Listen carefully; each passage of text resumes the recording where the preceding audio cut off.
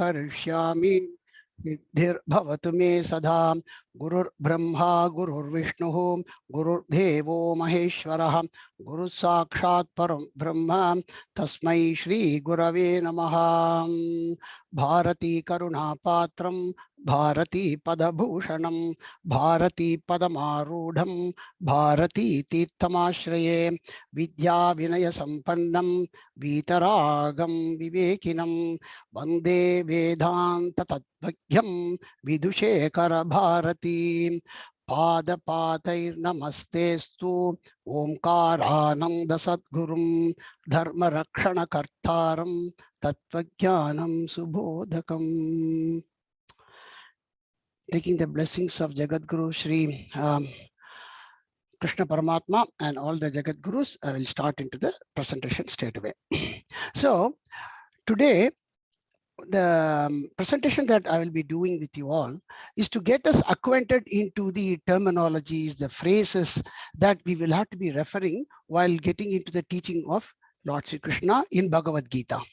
And so I'm trying to present in this next 1 hour, or probably it may go to an hour and a half, an holistic view of the philosophical aspect of our Shastra.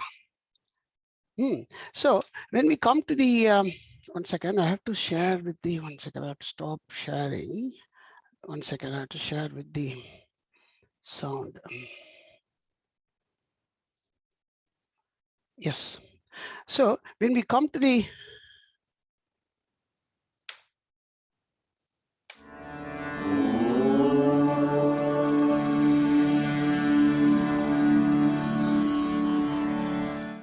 so are you able to hear the audio? Because I shared it with audio. Okay, fine. So now before we get into the teachings of Lord Sri Krishna, the first thing we need to understand is getting into Vedanta. The name, the term Vedanta, let's start from this first word Vedanta as well. Most of you might have certainly heard it as it stands for. And it's and more on the ultimate known it as a philosophy, spirituality, etc., etc. But in this presentation, as I said, we will be dissecting every word or getting into the meaning so that we exactly know the context of these words. So the word Vedanta, by its name itself, has got to 2 words in it: Veda plus Anta. Yeah, so Veda, as we know, is the Shruti or the authentic or the Pramanam.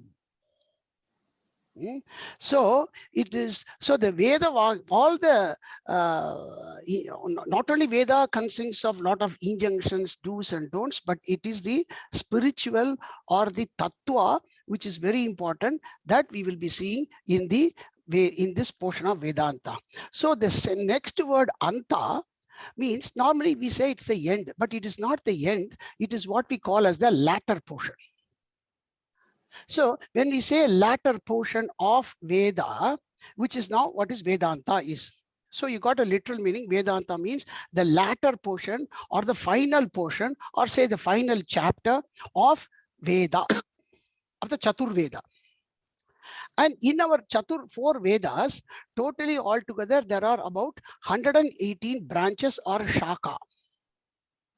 For a shaka to be considered a shaka, it must have a Upanishad.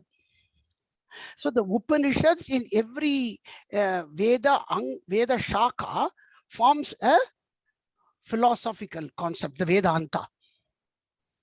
So we should have 108 Upanishads literally, but we don't have all of them today. So what Krishna, when we say Vedanta in a holistic manner, is the concept of all these Upanishads put together. And that's what Krishna has done kindly for us through Arjuna. That's what we say, Sarvopanishado Gavaha and Krishna Gopalaha.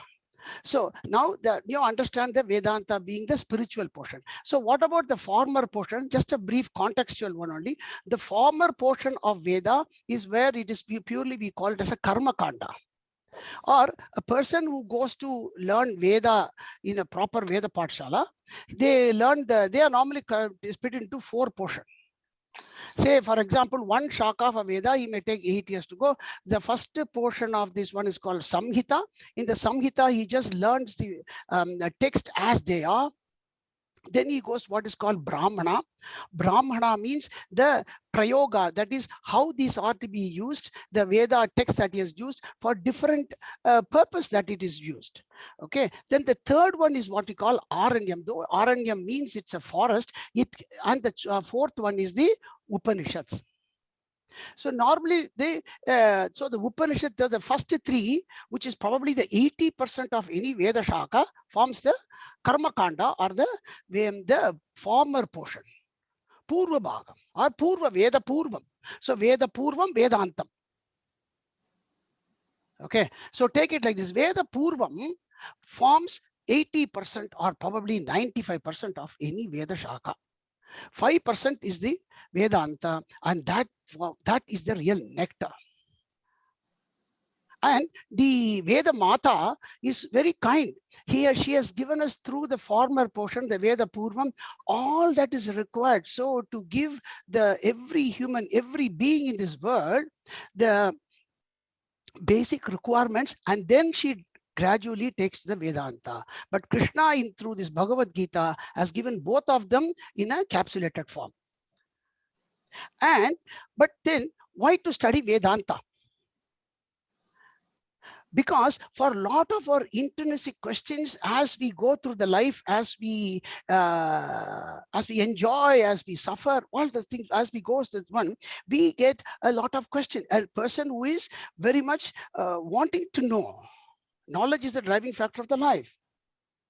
So the questions like, why am I born? Where am I traveling to? What's all this purpose? Even a person who's enjoying, right? At the end of the day, when he's sleeping very nice before, yeah, I've had, what is the purpose? Will I wake up tomorrow? If I wake up tomorrow, even you've got the best, no problem, no worries. So the Vedanta gives that direction or the answers to those questions. So a purposeful life is led. And Krishna, right from this, and as I said, the beautiful portion of Krishna and in Bhagavad Gita is he doesn't wander around the bush. He doesn't tell all this former portion, karma kandam. He gives the direct message, and he says that the answers for the Vedanta is when you understand the concepts of Atma. So that is why I have to come to this PowerPoint, because Krishna from the chapters 2, verse number 11, that one we saw, Ashocharan Vashochastvam. From there, he directly enters into the concept of Atma. So in this particular, so let's keep the word now Atma. So one word terminology, you understood Vedanta, beautiful. And and the next word is Atma.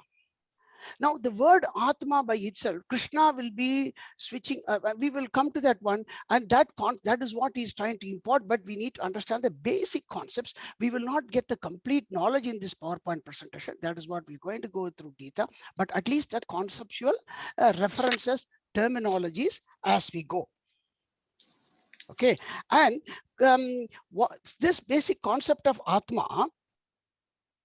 Now, one may need to know that, look, I would like to know about this creation, the world, the God. So why should this Atma be? And the Atma, as we all know, it is something personal. That's what we have understood. So Krishna says, yes, that is what is very important for you. First, to understand, orientate yourself before knowing God or the world or the environment, whatever that is, the higher world, lower world, whatever. So that is why Krishna again says to Arjuna, while starting his teaching, that first you have to know yourself in the right context.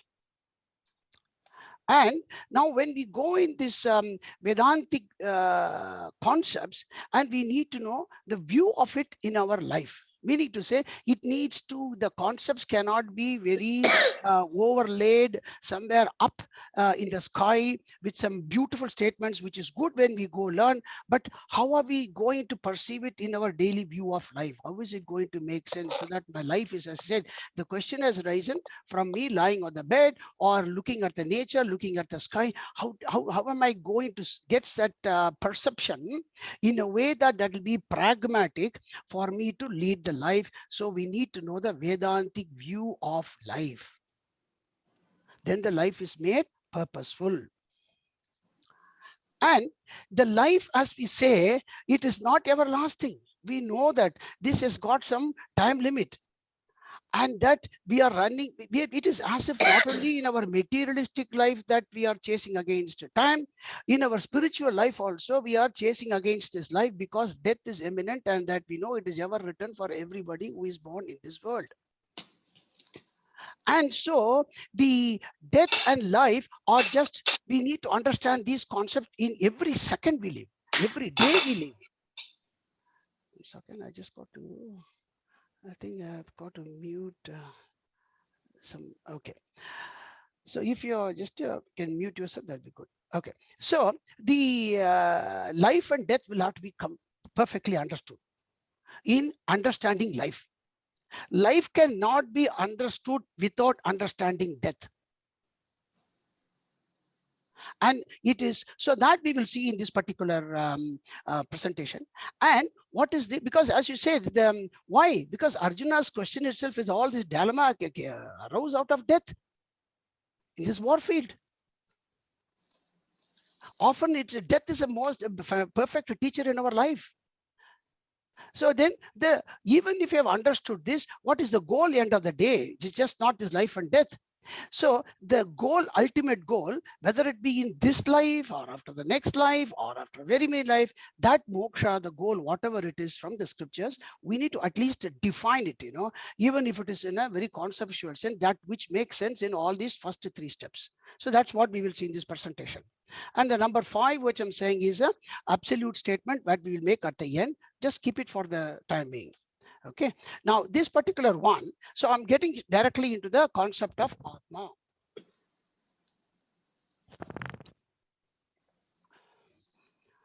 So Shubha, can you repeat after me twice? And I would like you all, as in a traditional Sampradaya teaching, what we do first.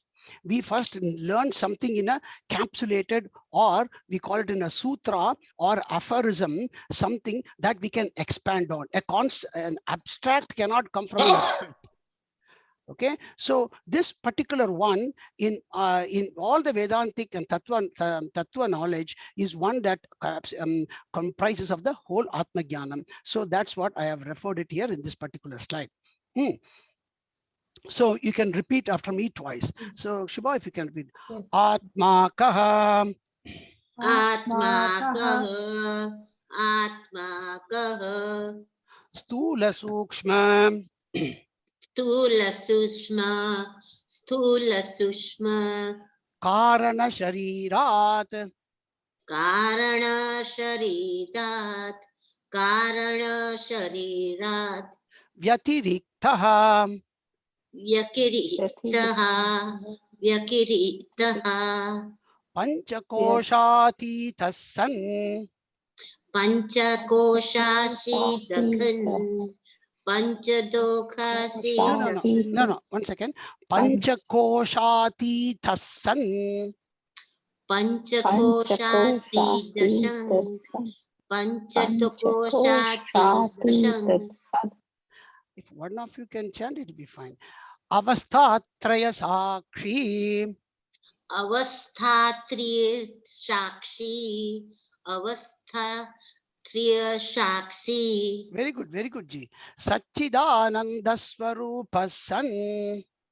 Satchidananda swarupa san. Satchidananda swarupa san. Yastishtati. Yastistati. Yastistati. Saatma. Sahatma. Sahatma. Beautiful. So this particular one is what we will expand through this whole slide. This one, I think you should never ever forget it. We from in whole of your Tattvajna, even when you read any complex Upanishads, even when you're going to read Brahma Sutra Bhashyam, ever, this one is from a book called Tattva Bodha. And this is where even all of them, in all the missions, all the Swamijis from everywhere, this one kind of encapsulates the whole of them. Each one of them can be referred in through one Upanishad. That it will go, for example, Avastatraya Sakshi, Mandukya Upanishad will go for long. So, but then this kind of compresses more of them. So that's why I chose this one. This is written by Adi Shankaracharya and his Tattva Bodha. And there are this one. Okay. So that just keep this in mind. This is what we're going to expand. So now, while explaining the concept of Atma, we need to have the Krishna will be switching context. So when I mean context, you should understand what that context itself means. So in this, or when I say context, is the three different levels of reality, or I'm going to say as drishtihi. Drishtihi means view, right? From a viewpoint. So from our modern day, we can say from a viewpoint. Right. For example, when I say, for example, looking at Opera House, looking from, say, Sydney as a resident viewpoint could be different for somebody who has not seen Opera House from, say, somewhere else in Canada or UK, has never visited. For him, its viewpoint could be different through pictures. So the viewpoint is different. Right. So just leave it like that, just in a very thing. And three levels is what we got to be very aware of. Was the reason being, we will be switching this context for this. That is, sorry, I think somebody have to mute. Somebody, can you please mute?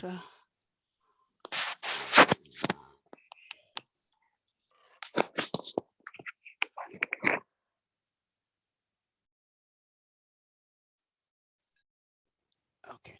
So the main thing here, what we have to understand is, why this particular three context is the same word Atma means totally different when from Paramarthika Drishtihi, means different from Vyavaharika Drishtihi, and means different from Pratibhasika Drishtihi. So three levels of reality we are going to see. One is called Paramarthika Drishtihi. For example, the first verse that we have commented is number 11. Ashocyanan vashochastam pragyavadam bhashase. We will say this Krishna is defining Atma from Paramarthika Drishti. So once I explain this and say, for example, in another chapter number 7, he will say about Atma from a Vyavaharika Drishti. For example, in Vyavaharika Drishti, your body can be called as Atma. Right, the one that which you cannot live, or one that which it cannot exist, can be called Atma. So in a Vyavaharika Drishti, for example, if you cannot, you and say your life partner is so inseparable, your life partner can be your Atma. So the Atma can switch its context, as now you're getting me. See, it can switch context as per your level of dependency, its existence, or its functionality. So, and then this is Vyavaharika Drishti. I told you one quick small example. Whereas in the Paramarthika Drishti, I'll first keep dwelling into this. We got to understand this pretty quick, pretty deep. And if any, please stop me, no problem. But this, if you understand, lot of the whole Gita study will be made very easy. Now, Paramarthika Drishti in English word means absolute state of reality, or in its vision. In an absolute state, when we say the word itself, in fact, you would not believe me if you have ever attended Jiddu Krishnamurti JK's talks. It'll be beautiful. His talks in his 80% of time is only from an absolute state. Okay, so in an absolute state, when we say is a transaction free, there is no transaction because there is only one. It's absolute in nature. It's independent. That's why I said independent. Vyavaharika Drishti has told you it's dependent. So Atma is independent. So Krishna will be saying Atma is independent. So that means their Atma is in Paramarthika Drishtihi. And it has got an absolute permanency because it is not dependent on anything. And how is it, if that is so absolute, I'm in reality, I'm in a very transaction reality, how am I to perceive? Through the Brahma Vidya or Atma Jnanam. It's perceived only through this knowledge. It is never experienced because experiences are transactional. And in the Paramarthika Drishti, all plurality vanishes. There is no I, you, me. Even my own entity vanishes. Entity, I'm just carefully using the word, relative entity. It's the essential goal of Vedanta. That Paramarthika Drishti, when that is very well understood first, and then how that is perceived in a Vyavaharika Drishti, the whole Vedantic goal is achieved. And Vyavaharika Drishti Babaji is, can't hear properly. oh, is it my internet connection? I think I did get a message. Is it still the same? Shubha? Yeah, Shankar? audio disturbance It's was better. there. It's Yeah, better. now it's better. Okay, I'll keep the thing very close to me. Okay. Then in Vyavaharika Drishti, it's exactly opposite. It is not only transaction, you are in the realm of cause and effect. That's the phenomenal world. And it is easily perceivable and also can be experienced. And it's very much dependent.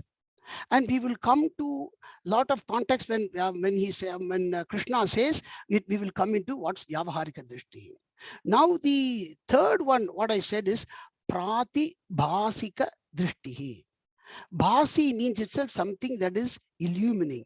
Pratibhasika comes from the word called pratibhas. That is, it is as if it is like a reflected nature, but it's not truly reflection here. It's basically an apparently real, something like a mirage. Now, this relative plan, so I'm saying apparently real in relative plane of existence. Pratibhasika does not come in Paramarthika Drishti. Pratibhasika is only applicable in Vyavaharika Drishti.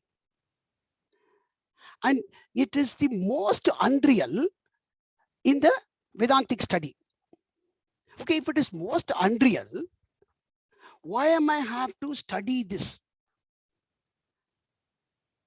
It is probably in our today's concept. Say, for example, in physics, I can do, this is very much like a theory of relative motion.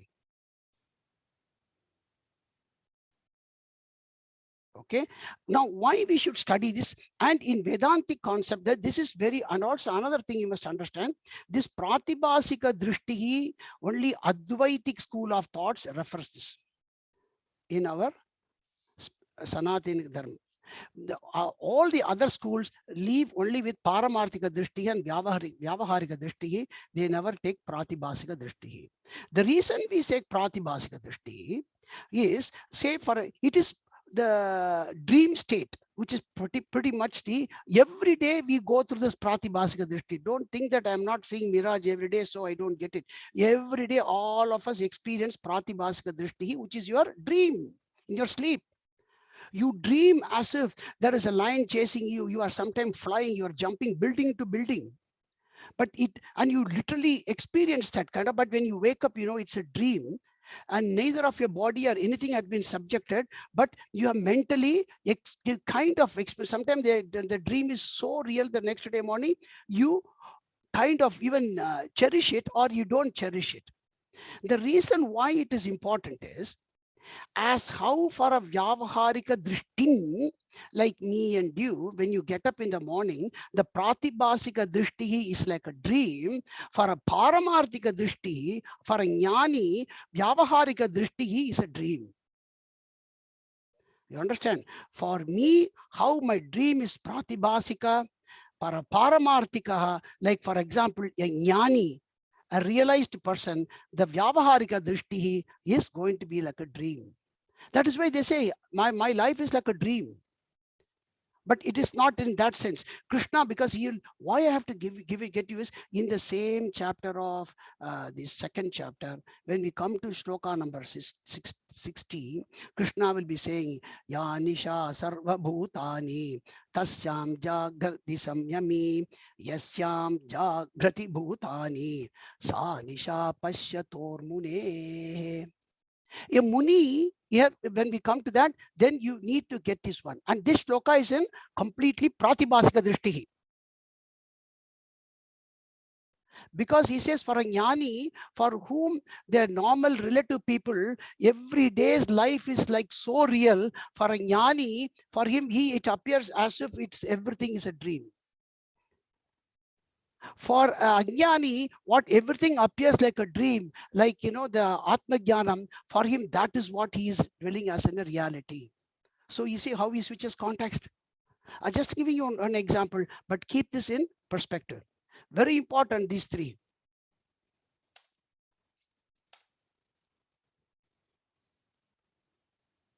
Okay, so now we will go into the, once we have gone into the 3 level.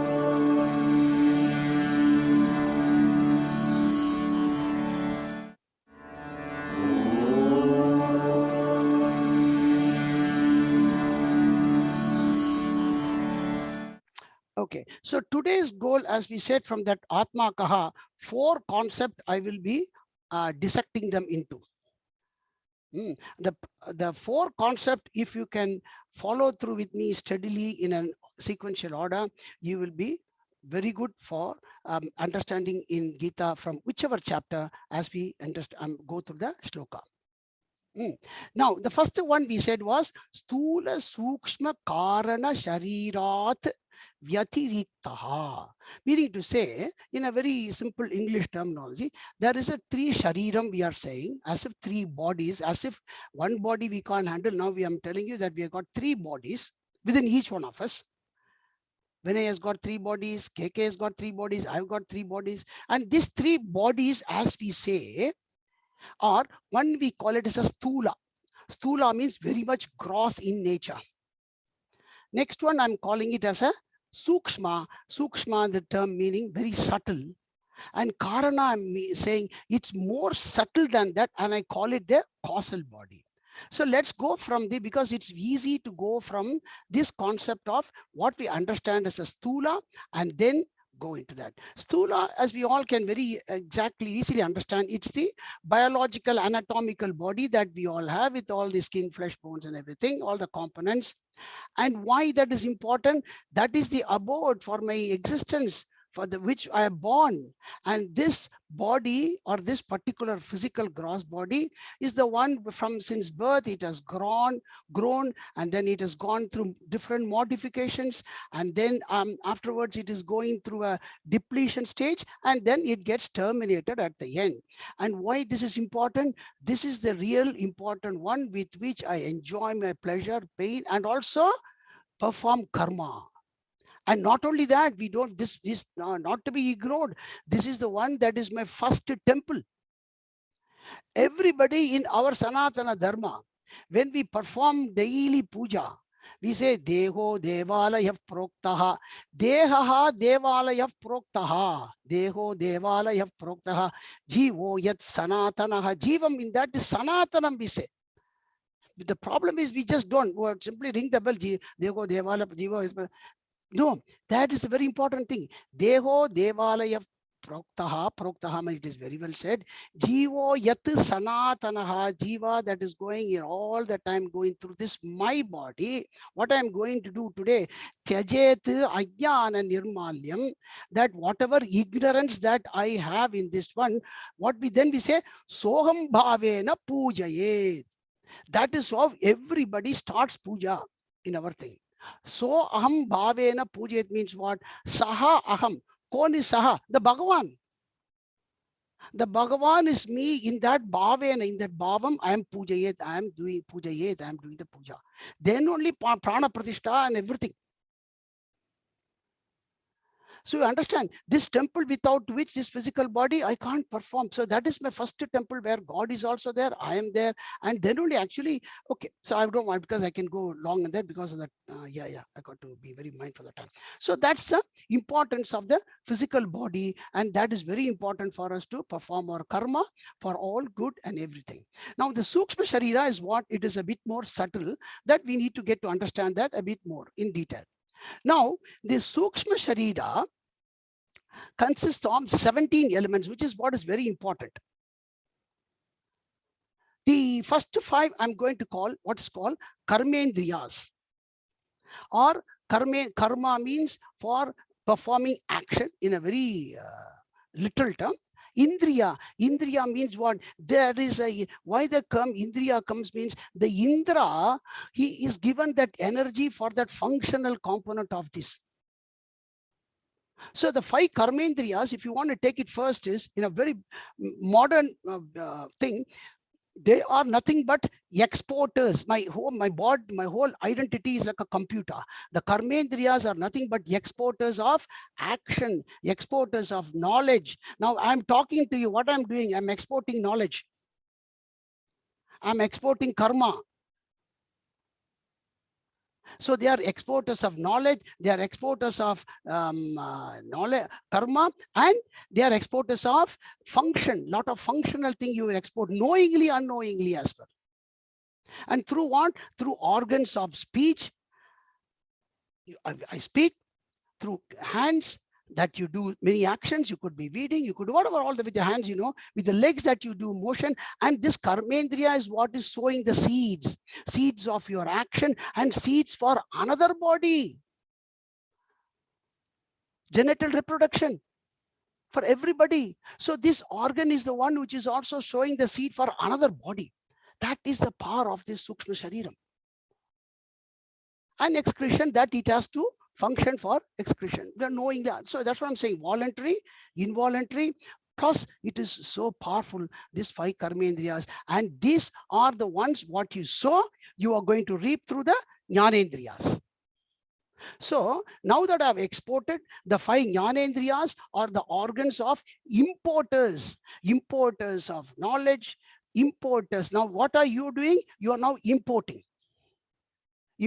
knowledge. How? Through hearing, through seeing.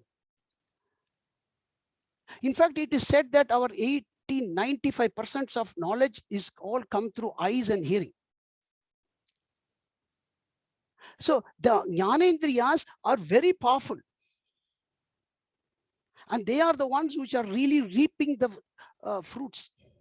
If the jnanendriyas are not perfect, however karmendriyas have sown the seeds, you are not able to reap. So the Sukshma Shariram, and also that is why it is also called a Linga Shariram. Linga means it is a pointer or an indication. They need to say the Linga Shariram is the one that tells that he or she is that person. So that particular Jnanendriya, which is also importing all these ones, for these two to function cohesively, with the importing and exporting functions to happen, the energy is given by the 5 pranas. So now we finished 10 elements. We are coming to the in fact, sometimes when some of the Upanishads, the 5 jnanendriyas itself will go for 40-50 hours. But I'm just going through so that you understand, at least put this in this concept. It is very good. Then the 5 pranas, as I told you, they are the energy driving impeller. Like, in your computer, the current or the everything, the motherboard with all the energy flows through all the circuit is the 5 pranas. The prana needs to be functioning very well. For example, your energy has to be so good so that you can also get the jnanendriya perceiving everything into that. How does it function? The 5 pranas are prana, apana, vyana, samana, udana. So let's get into a little bit each one of them. The more subtle we go, as you are saying, it's a bit more deep, but that's where the fantastic effect of our tattva jnana comes. The more, and this one, as I tell you, repeatedly go through this. It for me even today, and this is what Swami Omkarananda said sometime. If you don't understand, go Atma Kaha, Babu, go study again, they will say. So these 5 pranas, when we go into this prana, the first is the prana energy. The prana is nothing but the by which we breathe inward. Not only breathe inward, but even when we eat food, when I drink water, that's also prana. All the input by which the energy is left into this body, and the energy which is able to, you say, the prana is not that when you put the water inside, it is not going to go anywhere. Here, the minute you touch, within the microsecond, it goes through that your body, and it is able to get that your energy. And also, it is a reception of the impressions up to the mind. It is so propulsive in its nature, keeps us active.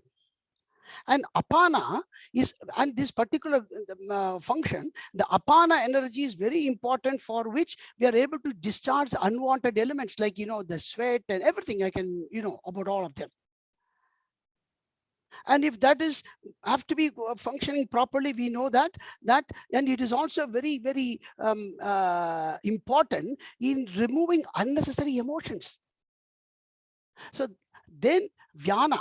Vyana, by the word Vya means itself, it is basically is the one that is dissecting all of them, your protein or whatever, into what 72,000 nadis, the passageways, where it's able to go and just not only give it to the gross body, but to the subtle body.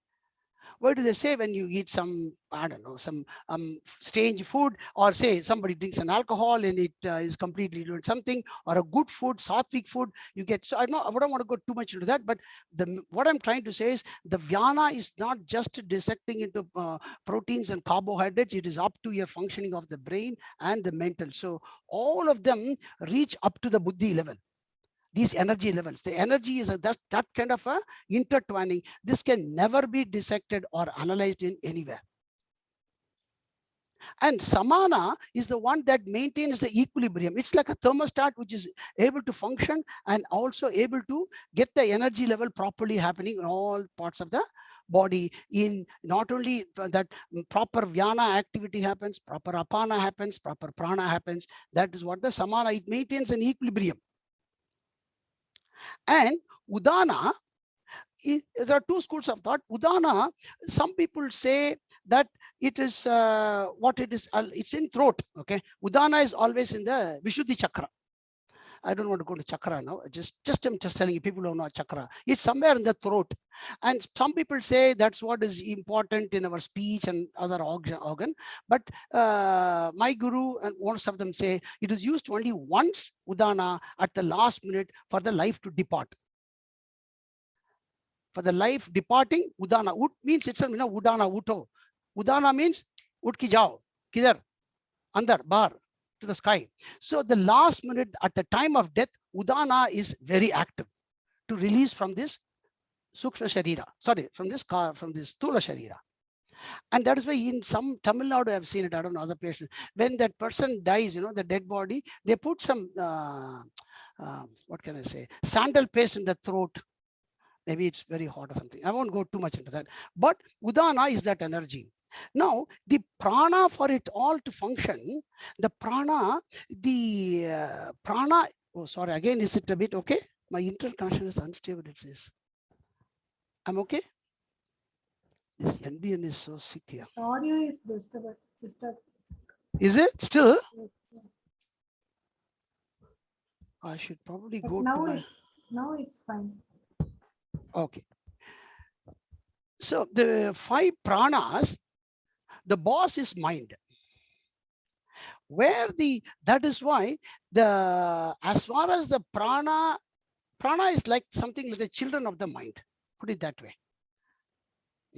As far as the children are happy and they're functioning in their respective energy centers without any disturbance, mind is normally quite okay.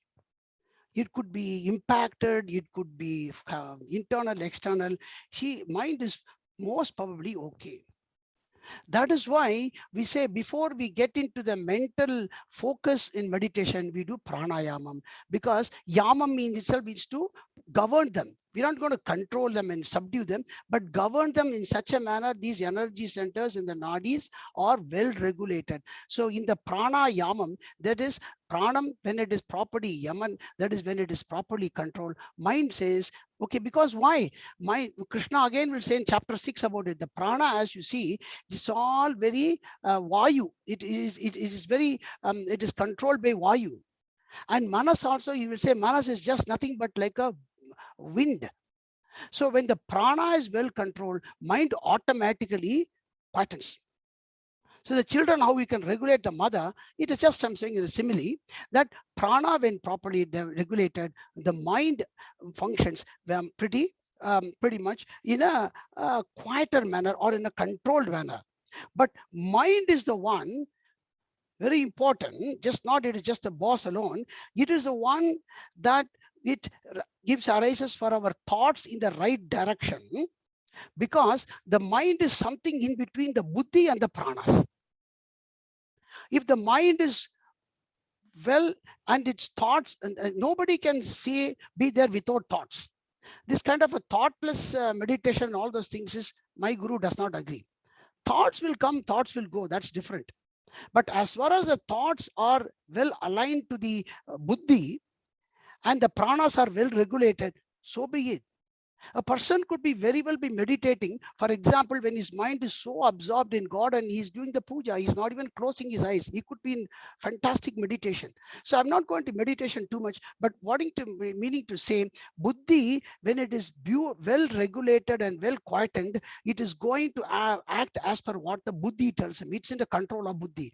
Prana in the control of manas, manas in the control of buddhi is the is where the sukshma shariram functions in a proper stage. And the karana shariram, the last one, causal body, as we say, that's an accumulation of all the causal shariram or the causal body is the one by which this first birth, say, I don't know, whatever the x number of x millionth number of birth we have taken, the first birth each one of us would have taken, that is the karana shariram.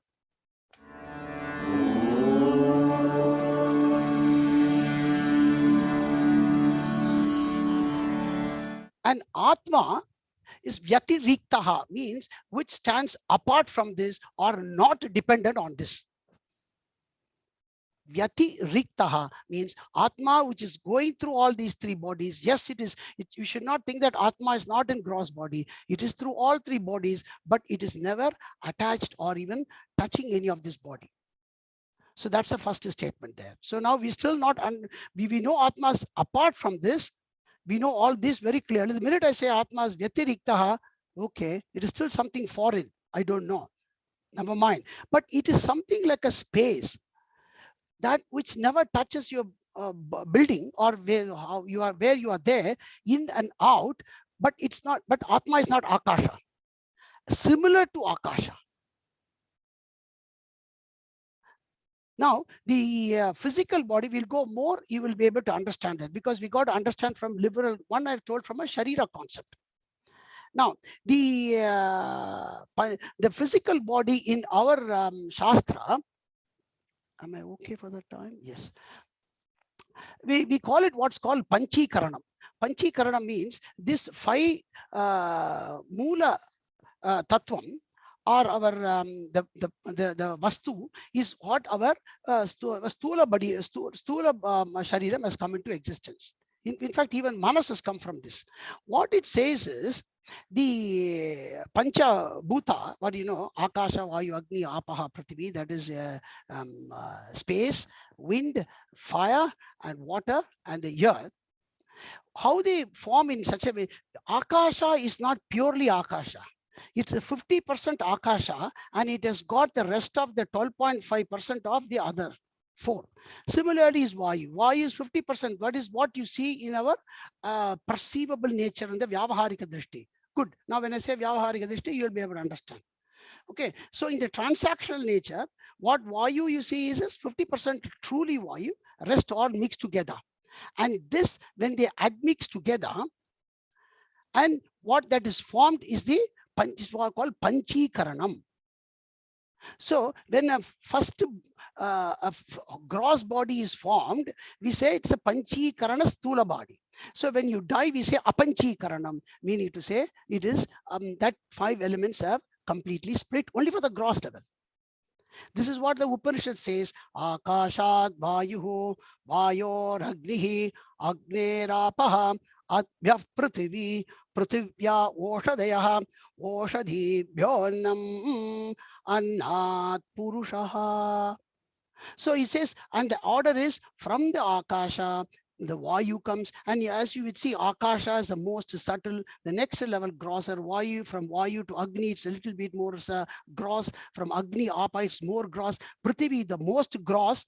And from that Prithvi, Voshadayaha means the plants or the fruits, etc., which comes. And the Voshadibhyaha Annam, that makes into a food that can be conceived by a person.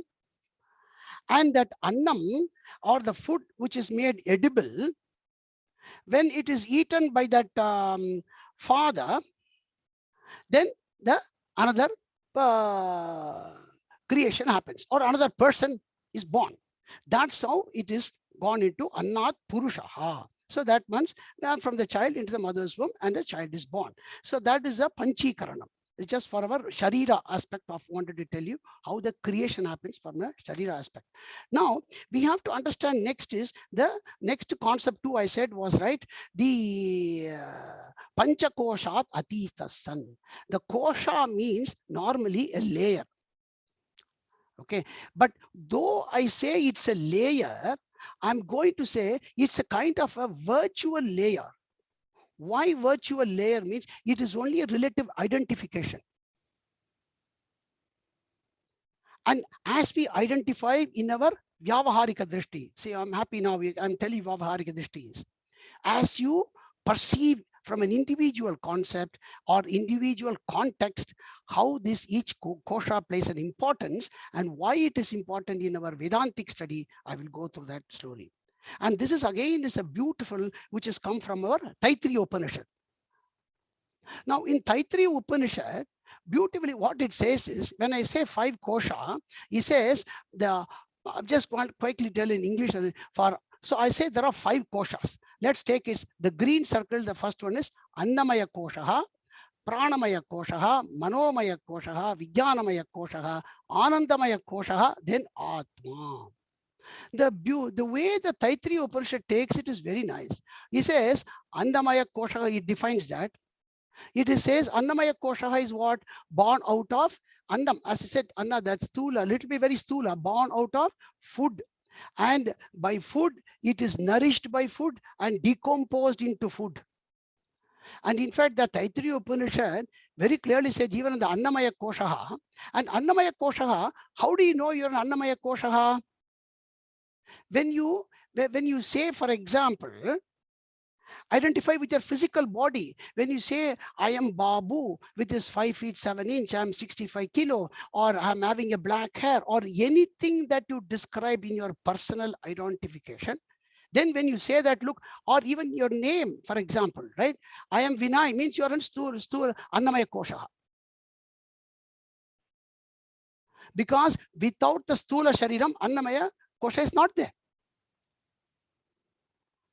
So when we say my name is this, or I am a person, or I am a boy, I am a girl, my whatever, all of them, all the identification, meaning to say that comes into a very Annamaya Kosha.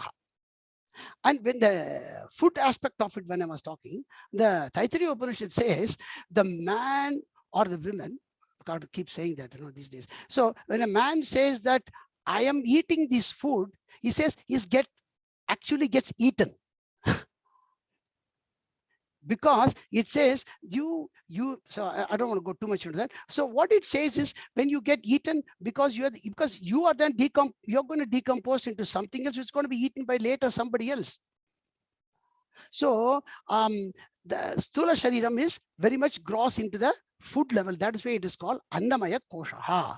And it is only a kind of an identification. That's why I said virtual layer. Only when you say, then that layer comes. Then the next one is Pranamaya Koshaha. Why Pranamaya Koshaha? These are layers of identification. We should not forget that. This is whenever I say from I. So you see, I also told you from the Vedantic concept, before we really go into Atma, let's personify myself into the different layers of my own identification. And then if I'm able to dissect them and put it in them, my concept of Atma, going deep into that, will be well laid out. Okay, so the Pranamaya Koshaha, though we know what all the 5 pranas are, now that's not important here. What that Pranamaya Koshaha says is, how do I identify that? For example, in the Pranamaya Koshaha, when you say I am hungry, I'm thirsty, I'm sweating. I told you, right? Sweating means that the apana energy is working, but we don't say I'm apana. I say I'm sweating, I'm hungry. You see, all of them goes into the Pranamaya Koshaha. And as you know, you can only say, I am hungry, I am eating, I am tall, I am white and everything, only with the Sthula Sharira. So the Annamaya Kosha and Pranamaya Kosha, for you to identify, it is directly linked to the Sthula Shariram. So you see now how 3 Shariram, when they come into different layers of, and when the Taittiriya Upanishad, when it goes there, it says, oh, Annamaya Kosha, when it says, Annamaya Kosha has got an Atma, it says, what is the Atma of Annamaya Kosha? Pranamaya. You see how it goes beautifully, because without Pranamaya, there is no Annamaya Kosha. So he says the Atma for Annamaya Koshaha is Pranamaya. For Pranamaya, the Atma is Manomaya. For Manomaya, the Atma is Vijnanamaya. For Vijnanamaya, the Atma is Anandamaya. For Anandamaya, Atma is Atma, and that is Atma. And this is a like a 2-3 pages of Vedas, this thing, and that goes for hundreds and hundreds of pages. But if you analyze this, the way this Upanishads, and these are not anybody's creation, these are Vedic, Vedantic Upanishads. So the Pranamaya Kosha, when you say that, look, I am into some assimilation, which I told you. And then a little bit more when you go into the Manomaya Kosha, this is probably one of the layer when, you know, when your Annamaya Koshaha, Pranamaya Koshaha, they're all very quiet and you're not feeling hungry. You're not going to now worry about what my height or whatever it is. Your mind is functioning, right? So Manomaya Koshaha is very important when every thought that's being raised, right? And in the Manomaya Koshaha is also where the thoughts keeps bouncing between back and forth. And Manomaya Koshaha is very, very much emotion in its nature. When you cry, you're not hungry, you're not having anything, but you may cry, or you may feel pity, or you may feel all the emotions. See, at the time, your thoughts are all more in the Vijnanamaya Koshaha, because your buddhi is where it is going. Your manomayam is, if your thoughts are now, for example, not into the what I'm going to eat for this dinner, then you are now in the Vijnanamaya Koshaha. So the Vijnanamaya Kosha is the Atma of Manon. So you see now, if we are all perceiving this class, and as I am teaching this, you are now in the Vijnanamaya Kosha, both as a person I am teaching, both you as a person in learning. And we are all in the same Vijnanamaya Kosha, because only in the Vijnanamaya Kosha, a teaching can happen. So the Vijnanamaya Kosha is where the abhivriddhi of knowledge happens and the right perspective of these things falls into place. And tomorrow, and that is why Krishna's teaching starts in that. So that the worries from the Manomaya Kosha can go. And there is, and the happiness as it goes more and more, it is more permanent and everlasting. And for the Manomaya Koshaha and Vijnanamaya Koshaha to function, it is purely dependent on the Sukshma Shariram, the mind and intellect. And when this is also performed, say for example, we have now at the end of the class, I have finished this PowerPoint and you've also listened and you might have got something new, at least something. And then you're going to say, wow, I'm very happy. That happiness which comes after the class can be in 2 dimensions as well. And that when we say is Anandamaya Kosha.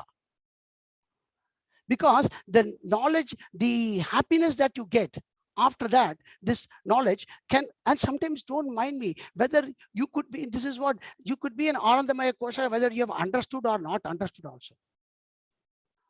Say for a person, this is going to be like a bitter so much, and எப்படா எழுந்து போப்படும் அவனுக்கும் அது ஆனந்தமயம் தான்.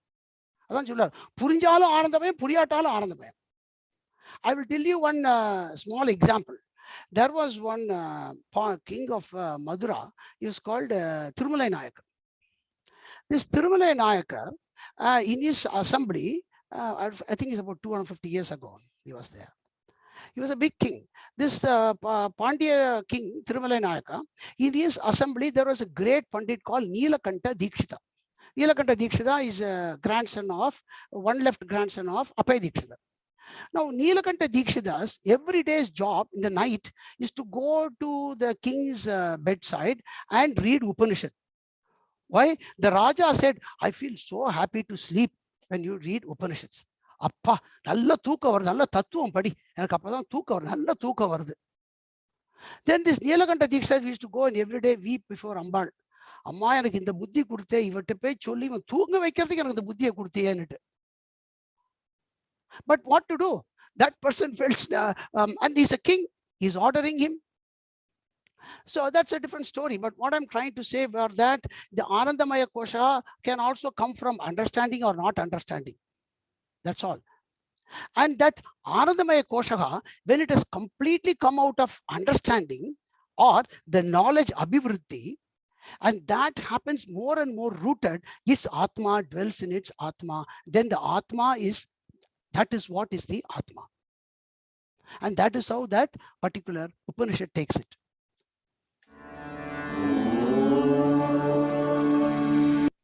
So that's Panchakosha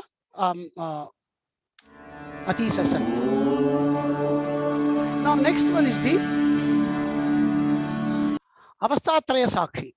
Avastatraya Sakshi, when we say Avastha, means the 3 states of our existence, meaning to say when we are in waking state, like what we are now, the Jagrat, and in dream state, in the night when you go into dream, and maybe in the late in the night or sometime when you go into a very deep sleep.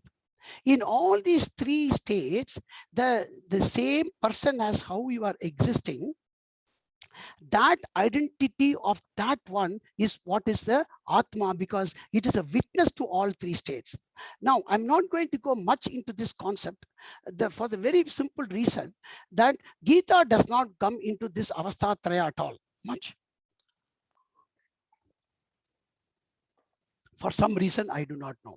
Krishna has not taken this particular, there are Upanishads like Mandukya Upanishad, which only goes through from top to bottom.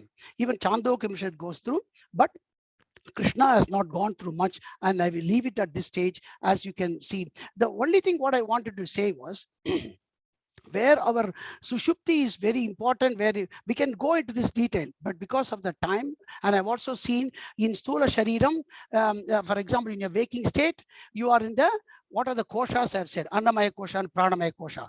When you are in sleep, only 3 states are there. Sorry, koshas. There Manomaya Kosha and Vijnanamaya Kosha, because you are not going to say in sleep, I'm hungry.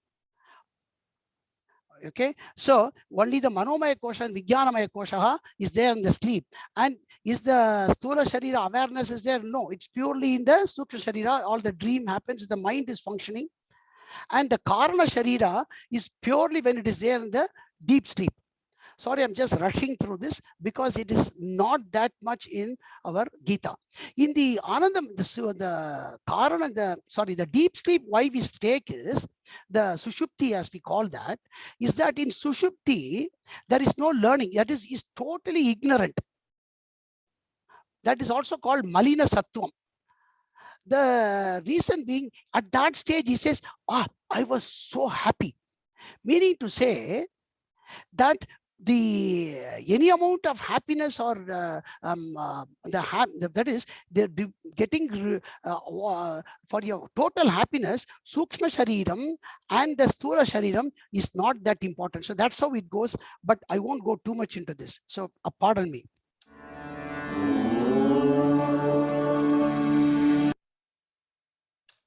Okay, now we will get into a little bit more into the Satchidananda Swarupa San.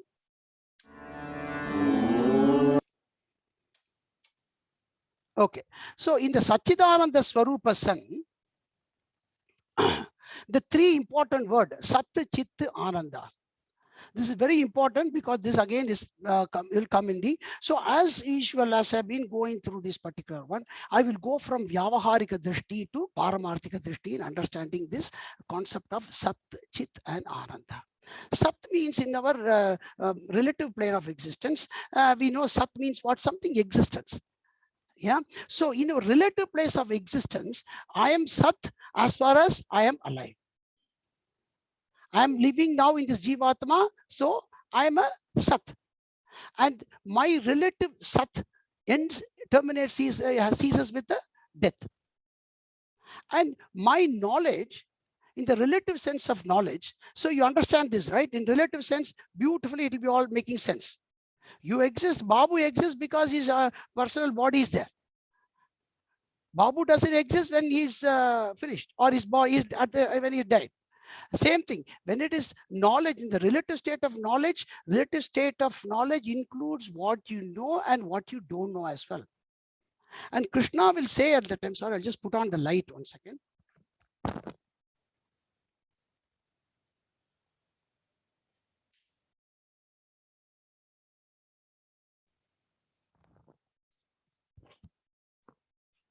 Apologies if it takes a bit longer, but it's important that I don't rush through.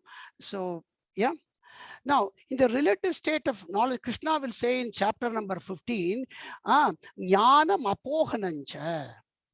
So Jnana apohanancha means, what he's saying is that I'm the knowledge, apohana means forgetfulness.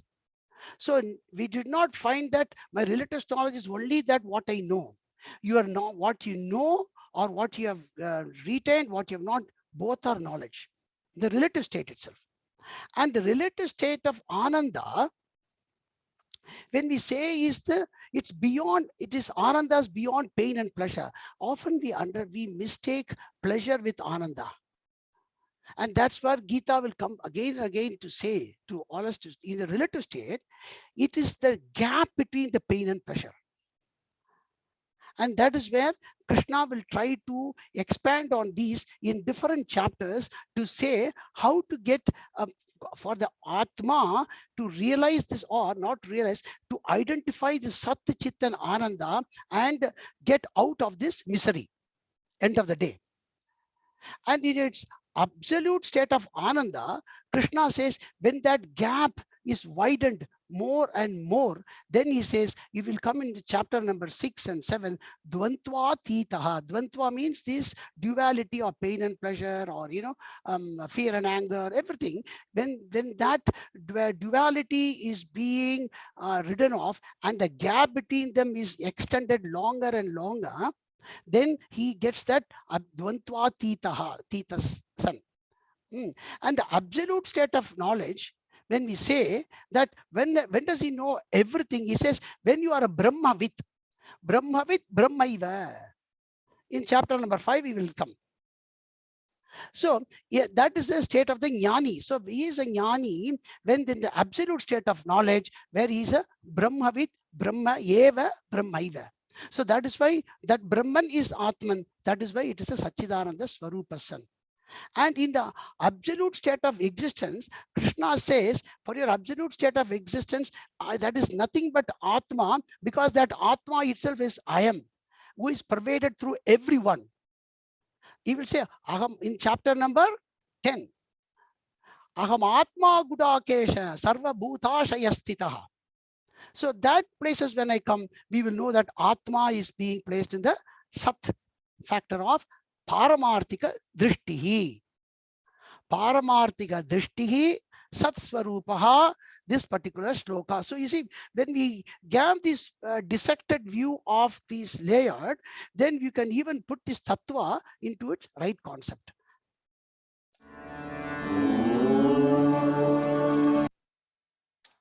Now, let's come to the interesting topic of life and death. In the Vedantic one, the very important for us is often we confused between personality and individuality. Personality and individuality are different. A death terminates a personality, but not an individuality. Now, for example, we can even say, for example, whenever we say an individuality of ahimsa, then people only refer about Mahatma Gandhi. Just as a one particular, that personality of Gandhi could have gone, but his individuality of some epitome of anything or a great scientist. Okay, Einstein, you say, oh, he's like Albert Einstein, that individuality of this clever wisdom, or even in seeing everywhere, it's just those are the individuality. But that is what you perceived of that person. But from a tattva, from a philosophical perspective of individuality, what here individuality means is that individuality in your mind and the sukshma shariram that you carry forward to the next birth. Krishna will be talking this in chapter number 15. That at the time of death, you only lose your personality, but not individuality. Your individuality, when it is lost, that is your at the time of moksha. So at the time of death, personality is lost. At the time of moksha, individuality is lost or gone. Because that kind of an I attribute of I am scientist, or I am even a jnani, I am even a mukta is gone. Then the individuality also is gone. So let us get into this, why we should now get into knowing between the life and death. And everybody in this world, or even we believe there is a life after death, let us keep it as a hypothetical statement. This is where it is going to get a bit interesting. So I need your patience, and then we will cover this today. Okay, now the life that we experience today and its happiness, however we derive, whether you believe in religion or any kind of a religion, or if you don't, there is that happiness that we call is called ihaloka sukham. Ihaloka sukham. Ihalokam, and in this existent world, existential nature, what you enjoy, it's called ihaloka. The paraloka means after death, where we experience that there should be some world, heaven, hell, whatever, or somebody may not even believe that, then he need not require that paraloka. He can stick with the ihaloka. But scripture says, yes, there is a paraloka. And this knowledge for us to get the happiness in this life and in the life after death is called ihaloka paraloka vidya. And our scriptures have gone into detail in explaining everything, which we will see in this one. Why this is important in Bhagavad Gita is for a progressive path of going towards moksha, because what we want to deal here is Krishna's teaching towards moksha. Not just to get our today's dinner or tomorrow's happiness or tomorrow's super or anything. It is beyond all that. That is our particular aim. So the Paraloka Vidya, in fact, is very much talked about in Chandogya Upanishad and Kathopanishad. And Krishna will be referring a lot. In fact, Gita is about 50% from Kathopanishad and Chandogya Upanishad as well. And that is why Krishna will be going into that and will be saying, look, get out of this. We will see the next one, how Krishna very beautifully handles this. That is why Gita stands in that upper pedestal than every other scripture. And that nectars of essence from the Upanishads has been so well brought out into an implementation method that one has to read through Gita to understand how he has clubbed this both. Now, the life.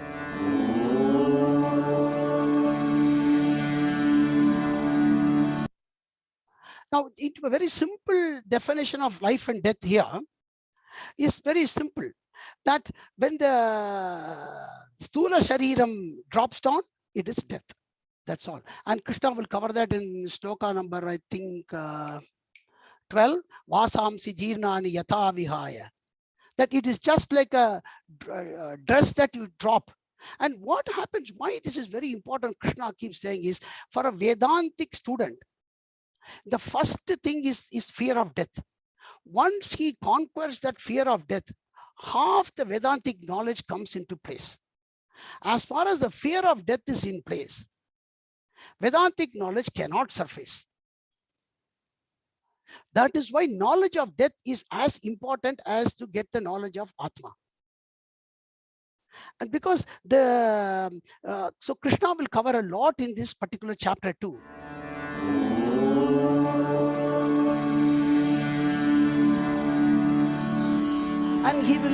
And Krishna will come and say, not in the chapter now, in the chapter 18, sorry, shloka number 18 to 22 will be only about this to Arjuna, because Arjuna for him to teach that death of neither yourself or anybody in this world is not the end of the particular your happiness, and also that the Atma, which is beyond this life and death, is the one that he needs to focus. So, and birth is just nothing but of a new Sthula Sharira as per the Karana Sharira's effects, which we have seen before. And Atma changes. Now, this moksha is where I'm going to spend quite a lot of time. It's very important for us to understand this. Now, the term moksha, is the audible okay, everybody? Yes. Yes. Okay, thank you. So the moksha comes from the dhatu called much dhatu. Much mokshane, meaning to say to release me from something. So when we say release, normally we'll say release from sorrow. Nobody will say release me from pleasure. We say when something is so good, we are enjoying, suddenly, why? So we all say release means release only from sorrow. But because of the reason that we misidentify pleasure with happiness, let it remain at that point. But what is this moksha that Krishna is referring to, or in all our scripture that it is referring to, is very important, or in other religions as well, because we need to get this as a perfect in a purview of every religion, everybody in this world, so that, see, the Sanatana Dharma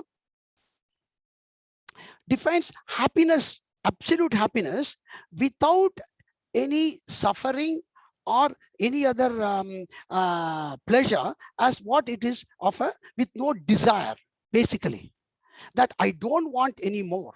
I'm absolutely happy, even now or even after death or whatever. And that is in a way of liberation. But then it wants to lay more into the concept of the knowledge by which you could be so well convicted, and that conviction of that Atma Jnanam is again where it comes to as a moksha. So basically, what it again wants to say is, look, you are always depending upon something to be happy, or depending on something for not to be sorrow. So he says, look, as far as your complete dependency is removed from any of them external, then that is moksha, or sarvatantra swatantra, or an eternal state, that there's an eternal state of this equilibrium of ultimate contentship with no desire. Again, it defines as a moksha, which seems very sensible for all of us to have that particular view, because even if there's a life after death, yes, I'm guaranteed. But having said that, first is we have to come into the thing of, is there a life after death, or will there be a birth after death? Both. So between life and death, and then the death and the life, there is a big gap. We do not know whether it is 5 years or 2 months or 20 years or 200 years, 2000 years. Nobody knows. Nobody knows. But for all of us in this earth, Yeah. Today, if you ought to kind of say, let's take a kind of a referendum. Is there a life after death? Are we to be really worried? Probably we will get about, say, 65% to say that no, there is no life after death. Because in the world today, with the Abrahamic religion, most of them, they are told no, there is no life after death. And so they could be believers of the religion, or say, for example, people who do not believe any religion at all, they could be the other 15%, maybe that's increasing. They would also say no, there is no life after death. I don't believe in any religion too, they would also say. And maybe today within, say, that 25% of the religions that believe in like Hinduism, Jainism, not Zoroastrianism, sorry, Buddhism or Sikhism, they may say, even in that, people are well convicted, they would say, yes, there is a life after death. And again, it's a kind of a belief. It's a belief. It's all, everything is based on the belief. So if you go by referendum, it will not, that percentage will work out. But then we also need to have a little bit of a working around. Okay, then if there is a life beyond death, most of the other religions, Abrahamic religion says, yes, there is a life after death, and that is either will be in the heaven or a hell. Only thing, the names can vary, the path can vary, and the different terminologies can vary.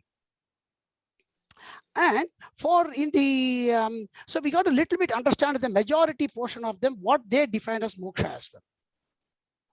So the centerpiece of moksha for all the Abrahamic religion, right from Judaism, is laid on two important principles called resurrection and judgment.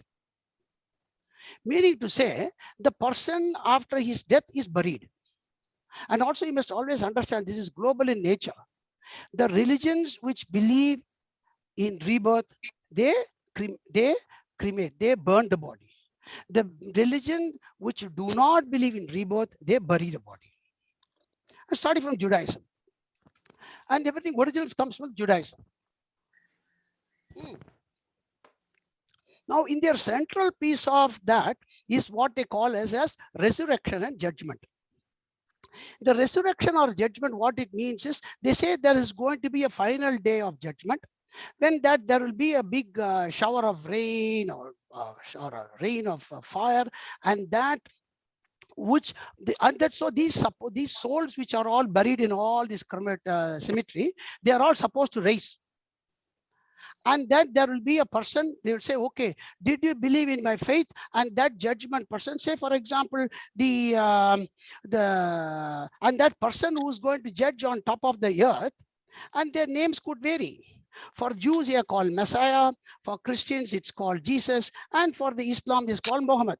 So he's going to sit there and going to have a balance there. And he's going to weigh between your good deed and bad deed. And they say when the balance of the weight needle goes towards the good side, you go to heaven. To the right is bad deeds, no chance go to hell. And they are also believing in that belief system of very important is the belief in their God. The belief is like a passport into heaven for them. So there are two things important for you to, for the moksha for them.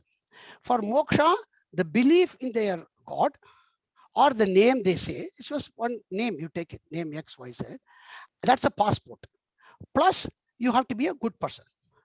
Now, argumentally say there is one bad person. And also, we have to believe in heaven. And Sanatana Dharma, see, please do not mistake. Sanatana Dharma also believes in heaven and hell. Very much all the scriptures. That's common to most of all the religions. Why we need hell and heaven? Let's ask the question.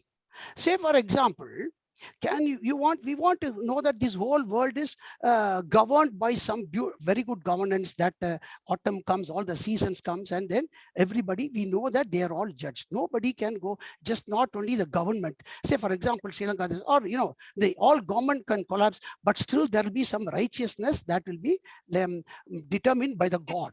Let's put that one person name. That's all. Now, say for example, for how are we give? Can all judgment be given in this life, in this single life? Not possible. Say for example, Adolf Hitler. He has given he has killed million people. So the judgment, if you say, I have to give for him one life, can you kill him 1,000 times or million times? You can only kill him once. As George Bush says, you made a fool, you made not fool once. You kill him once, you can't kill him again. So some of the logical statement says, yes, that person will then be subjected into hell. And in all of them, when they say, for example, you have to be killed 1,000 times, they give you that kind of another temporal body for you to suffer. Okay, one small body, kill. Okay, give him another body, kill. Or you are a good person in heaven. Oh, don't worry, heaven is beautiful. You always remain very young. Oh, you don't have to worry. You are always like 25, 26. You don't have to straighten your hair. Hair is always straight. You don't have to, no wrinkles for you. Don't have to go to Botox or anything. Everything is always, you are beautiful. You are very nice. And there is no knee pain, everything. Heaven is very nice to hear, right? We can keep on going. So let's say, for an argument's sake, there is one Mahapapi on earth. He says, look, boss, anyway, all of them say, I need to believe, and then I get roasted. And if I don't believe, they say I get banished. Okay, or maybe straight away into hell, whatever it is. So he says, look, why should I even anyway believe in any of this religion and get judged? It's like one of the student, I have not read for exam. I know surely I'm not going to pass. Why to go for the exam? Again, why to go for the exam and then come with a failure? So he said, look, I'm a Mahapapi. Anyway, I go sit in the balance. My balance is going to swing to left, and I'm going to be sent to hell. So might as well not believe and just remain there and just that you guys bury me. So that is one of the argument there as well. So in all this perspective of, and I said the heaven hell is all there in common for all the religion. So that means, how am I to place the moksha beyond these two? And in all of these religion, it is said the God at the time of the resurrection and judgment, he holds three things. There is one, the key for the rain, and that of the birth of making you to wake up, and that of the resurrection and the judgment. A lot of them give a lot of other symptoms, like they say sun will rise from the west, and there will be some appearance of Antichrist or Dajjal, and there will be a trumpet called Sur, and all those things are there. We don't need to go into all of them too much. But having said that, in Sanatana Dharma, and what Krishna will be referring in this Gita, because I want to stick into Gita here. Krishna does not give importance at all to this green square box. That's all I'm trying to get to. I'm not trying to deviate anywhere. Krishna, right from chapter 2, he's like, Yamitam Pushpitam Vacham Pravadantya Paschitaha Vedavadharata Partha Anyadastiti Vadinaha Kamat Manasvargaparaha Janma Karma Palapradam Kriya Visesha Bagulam Bhogeshwarya Pratimgati Bhogeshwarya Prasaktanam Taya Apakrita Chetasam Vyavasayatmika Buddhihi na vidiyate. If you keep revolving between these two, you will never be able to get to that equilibrium state of your mind. Yes, I will get you to the next slide. I will tell you beautiful versions of heaven as well. What one of the Mimamsa say. So what Krishna says in chapter number 9, Kshine Punye Martya Lokam Vishanti. It is only thing here in Sanatana Dharma, the Yama Dharma Raja. So coming back to Sanatana Dharma in heaven and hell. So Sanatana Dharma, what our scripture says, the Yamadharma Raja, he will come and with his Chitragupta take account after 1 year after your death, when that Aptikam happens. Up to Opticum, you go through different things. I don't want to go into that. So the Opticum, the first Opticum after death, Chitragupta comes and takes account, and he says, look, he has done about 60% punyam, 40% papam. He says for 40% you have to go to the hell and 60% go to heaven. There is no nullification factor there. Okay, now that happens. So the main point I'm coming to is Krishna says, Kshine pape martya lokam vishanti, Kshine punya martya lokam vishanti. After you exhaust that, you come back to again next birth. Now, Krishna, what he says is, do you want to be going between this circle again and again, Arjuna? No, and this is so short-sighted in his, he says. And that the path that will be given in Krishna, what he says is, even you don't, and the ultimate, the moksha, which is Omiti Ekaksharam Brahma Vyagaran Ma Manusmaran. That moksha, which is getting rid of repeated punarapi jananam, punarapi maranam, punarami janani, jatare shayanam, iga samsare, bhagudustare, kripaya pare, pahi murare. This punarapi jananam, punarapi maranam, dukkat moksha, muktaha is the moksha. And he says that moksha of ultimate happiness, you don't need even after death, ihaloke, even in this birth, you can achieve that. And that is what he calls as Jivan Mukti, and that is through Karma Yoga. And Krishna completely kind of puts it in a very lower pedestal of all these ones. And he gives in the Gita the simple formula or the simple implementation with the Atma Jnana and a Karma Yoga, how this moksha can be attained. And also there will be one in chapter 8, we will come what's called Krama Mukti. In Krama Mukti, it's a two-step process where it reaches, we can call it as Vaikuntham or Shivalokam or Brahmaloka, there where he resides for some time until this whole, up to the end of this Brahmaji. And then there again teaching happens. And from there he goes into the Brahma Jnanam, the Brahma state of Brahman. I can't even say Brahmanhood, Brahmaiva Bhavati. So that is what, in essence, our Gita teaching is all about in moksha. And that, when he says the Atman and Brahman is one and the same. Now, just for our own, one of the Mimamsa, which is very good, it's again from Taittiriya Upanishad. He says, okay, you want to measure about the hypothetical things of happiness, it gives you in all the lokas. This is all heaven loka. Up to the step number 2 to 11 is all kind of a different gradation through the Swarga loka. He says, look, let's go through some measure of happiness. He says, a youth at prime of his or her life, say he's at the right prime of this life, and he or she is very good a person, very well learned, and very strong, and very energetic, and boundless wealth. That we put, let us say, 1 unit of happiness. So what it says, that particular one, let us say at happiness was once, and then he does after some good deeds. And he says, if there is anything else above that, he says, yes, there is one called Gandharva. The Gandharva, he says, is 100 times of this complete 1 unit of happiness of human, this particular level. So he says, if you go to Gandharva, you will get 100 times the happiness of this. And from Gandharva, you get promoted for some more. That is, from here, you get Deva Gandharva, which is again 100 times of a Gandharva, which is 10,000 times of this. Then to Pitruloka, I've given it all in here. And then Pitruloka, then I've called Ajana Deva. These are petty gods in heaven. As again, you come again here. How much have you come to? 100,000 times of this one particular. You'll be, imagine you're just you're the richest man on earth. You are so young. You're so. I mean, that's what says. Whether there'll be a good learner will be. Anyway, that's different thing. So 100 times Ajana Deva, then Karma Deva.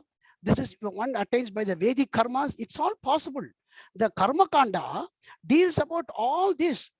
How to attain this. This type of a yoga, this type of a performance, this type of a strict discipline, you can get all this.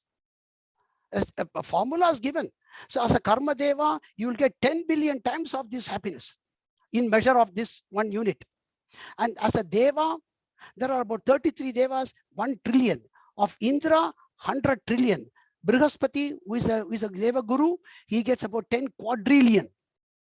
And Prajapati, who is the, like, the son of Brahmaji, he is a ruler of earth, heaven, and all the world. He is like 1 sextillion, which is 100 times the Brihaspati. And Chaturmukha Brahmaji is like 100 sextillion, which is 1 into 10 to the power of 21. But in all of them, the Upanishad, what it will say is, Shrotriyasya chaka mahatasya, Shrotriyasya chaka. So what it says is, cha, and take it like this. This is the most important part. All these things are, the Mimamsa takes it like this. This is called Brahmananda Mimamsa. It says, look, cha, Shrotriyasya, that is the one who has well read about the Vedas and have got the knowledge from that, the Brahma Jnanam, and he is also a akama hataha, akama hatasya. This all can be the same. So one who can do today in this birth here in earth, by doing this particular one, the secret of it is you can certainly get this Atma Jnanam, which is even higher than the Chaturmukha Brahmaji. And the three important things that it says is very simple: the appropriate learning through scriptures, and a good deeds, and desirelessness increases. Akama hataha, that is, desirelessness keeps increasing.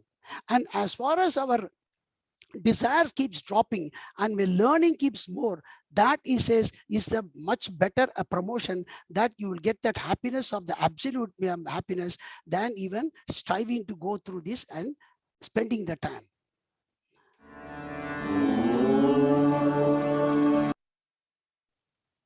And in the good, I'm only 5 minutes. Okay. So in the last portion of this one, the Krishna lies a lot of importance again, that one very important thing in Krishna keeps saying is, look, even I'm a yogi, I'm trying my thing into all these things. What is a simple formula?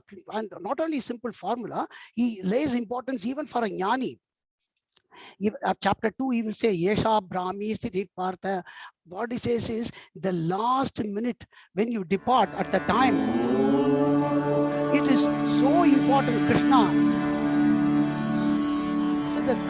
the Krishna lays a lot of importance on the thought at the last breath departing. He will say, Yam yam vapi smaran bhavam tyajatyante kalevaram tam tame vaiti kaunteya sada tat bhava bhavitaha. Like in Bhagavatam, you might have heard about Ajamela story and everything. So Krishna guarantees that. But how to get that last minute, the smaran of Ishvara? He says that is what is all this practice is, your abhyasa. And not only this abhyasa, that with the Atma Jnanam, that is when that becomes sthita prajnaha. And and he says, Krishna, in this one, maybe I may succeed, I may not succeed. What happens? Krishna says, no investment in this is ever getting wasted. Nahi kalyanakrit kaschit durgatim tata gachati. And that he will say in the Yoga Prashna in chapter number 6. So I think with that, I'm finished, and I'm ready for any question answers if you have.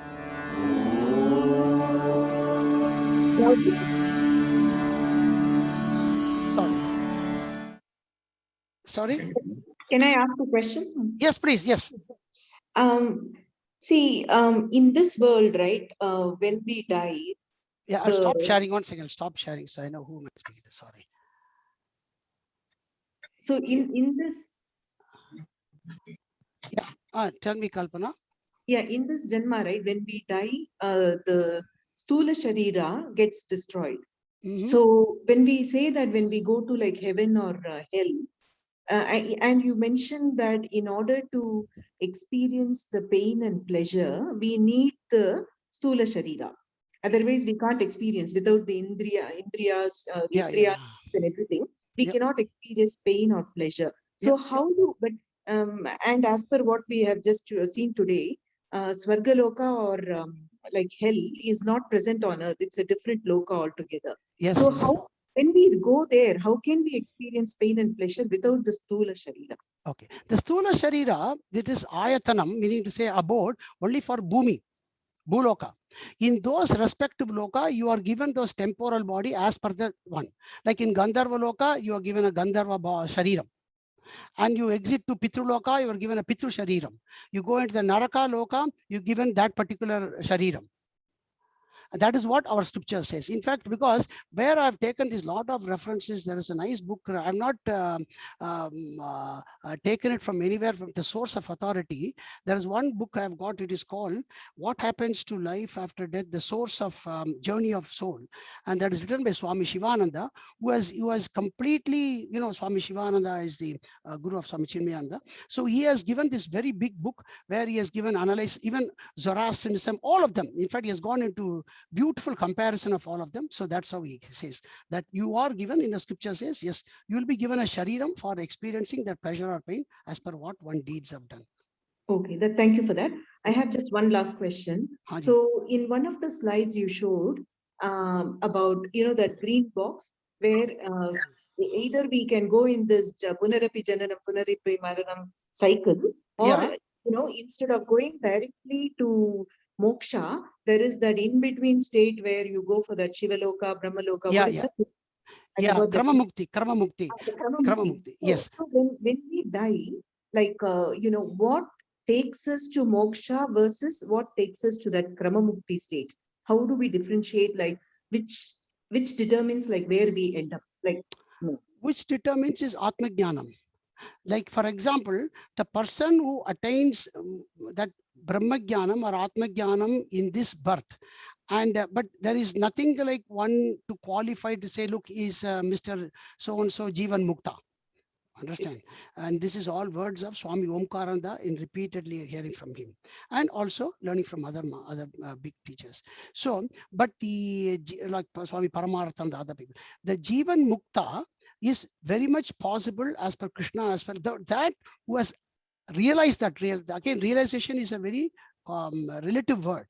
That one who has completely had the Brahma Jnana, like a Sthita Prajna in this particular chapter 2, we will see that is a he doesn't know to go to Krama Mukti, but the one that in chapter number 8 he will come across, he will say about that, and there when you come, you will see about the Krama Mukti, where he has still not acquired the Brahma Jnana.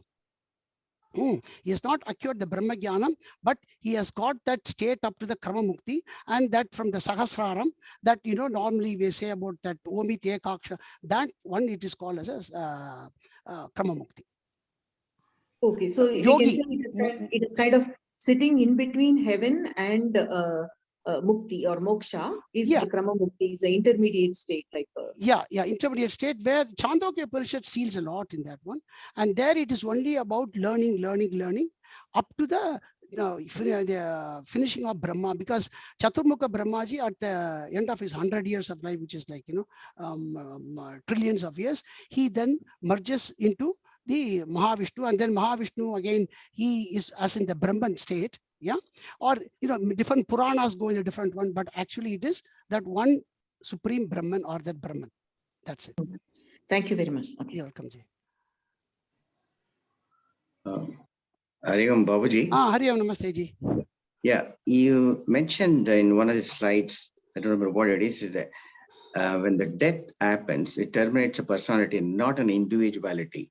Yeah. So that particular thing, when you say individuality, you was talking about samskaras. Yes, that's right. What you had learned, whatever you earned, the papa punya, etc. And this is also not applicable to people who are really transcended the life cycle, death and life, because like those who have attained the mukti, real, either Jivan Mukti or Videha Mukti, whatever it is. Yeah. That is correct. 100%. Yes. Okay. That's all I wanted. Anything to do with ahankara in that?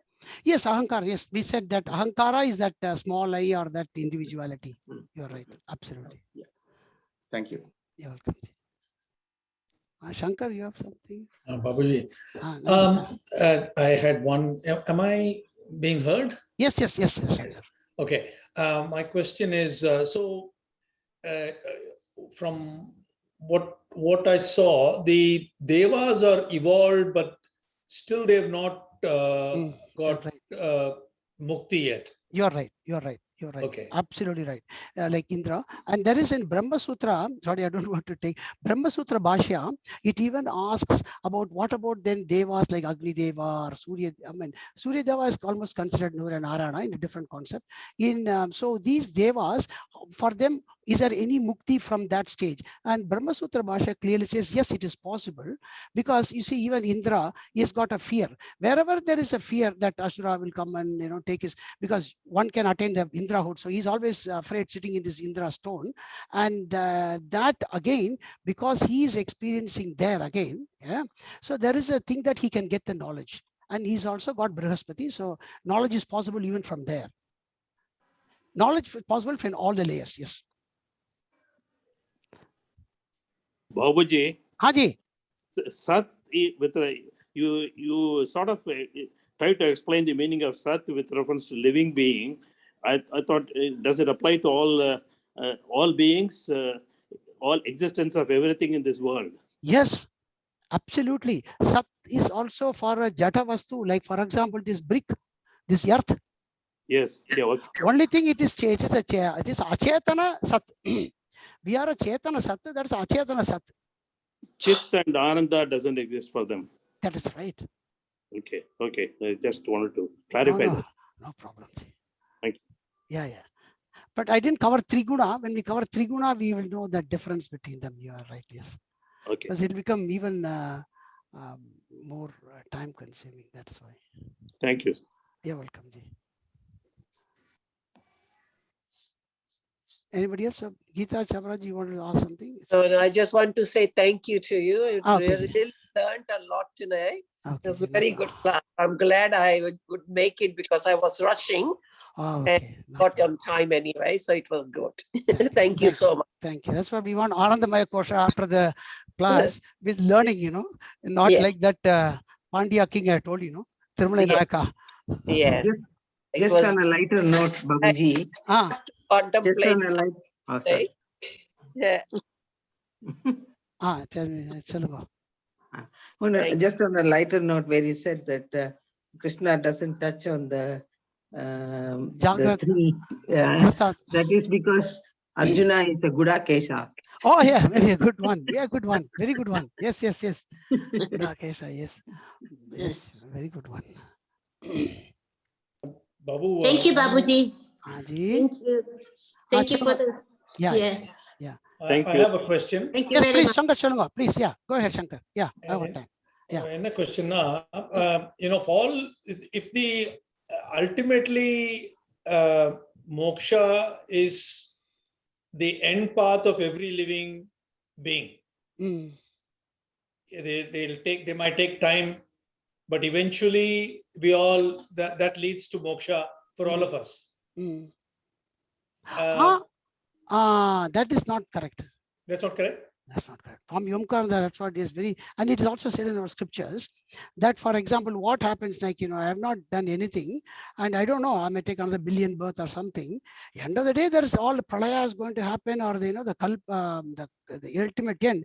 At that time, everybody is going to get moksha. He says, no, you will again be, and Gita very clearly says, Bhagavad Gita in chapter number 8, you will see that one. He says, even after 100 Brahmas born, if you have not attained this particular Brahma Jnanam, you will be born and again male. And Viveka Chudamani very clearly says, Brahma Shatantarepi Muktirna Bhavati Atma Jnana Vina Atma Jnanena Vina Atma Jnanena Vina Brahma Shatantarepi Muktirna Bhavati. It's very clearly said. Even after 100 Brahma. So for some there is no salvation. No. See, that's from you not confess with salvation and moksha. No. I'm talking. I'm using a different term, but yeah. I'm talking about moksha. Yeah, moksha. As I said, the concept of moksha is where it depends upon. See, another thing is also very, very nice from different from another.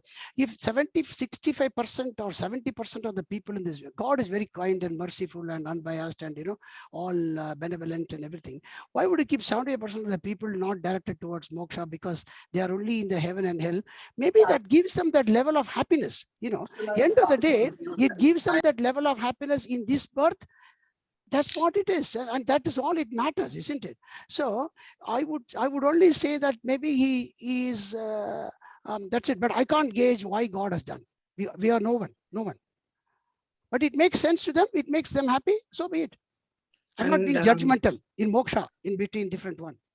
And also, Babuji, would it also mean that even that moksha, even though we put the effort and things like that, it's still God's grace.